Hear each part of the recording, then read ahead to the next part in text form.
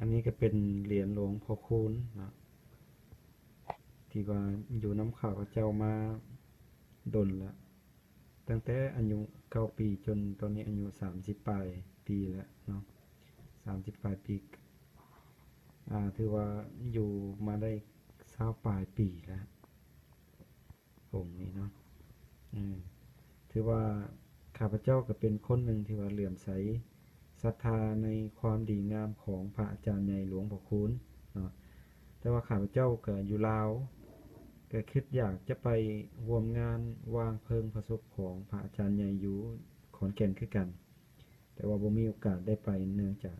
ปัจจัยและระยะทางหลายอย่างเนาะข้าพเจ้าก็เลยอ่ามีตัวแทนของพระอาจารย์ใหญ่หลวงพ่อคูณอยู่นำองค์หนึ่งเนาะอ่าก็เลยแต่งขันห้าแล้วก็เพิ่นออกมาอ่าน้ำจันทร์น้ำหอมเนาะนี่มันด้านหลังของเหรียญอันนี้มันด้านหน้าเนาะองค์นี้ก็ถือว่าข้าพเจ้าเวลาไปใส่ก็ถือว่าจะเวลาเดินทางไกลเนาะก็จะ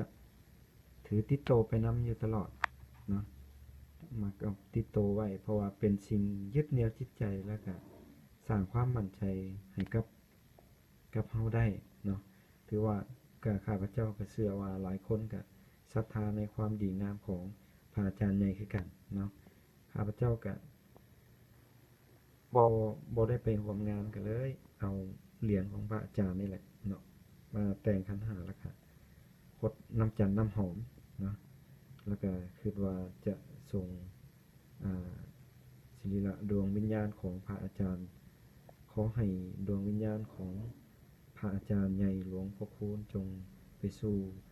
สวงสวรรค์ชั้นฟ้าชั้นดาวดึงส์ชั้นสูงสุดเนาะของนิพพานสาธุสาธุสาธุเนาะ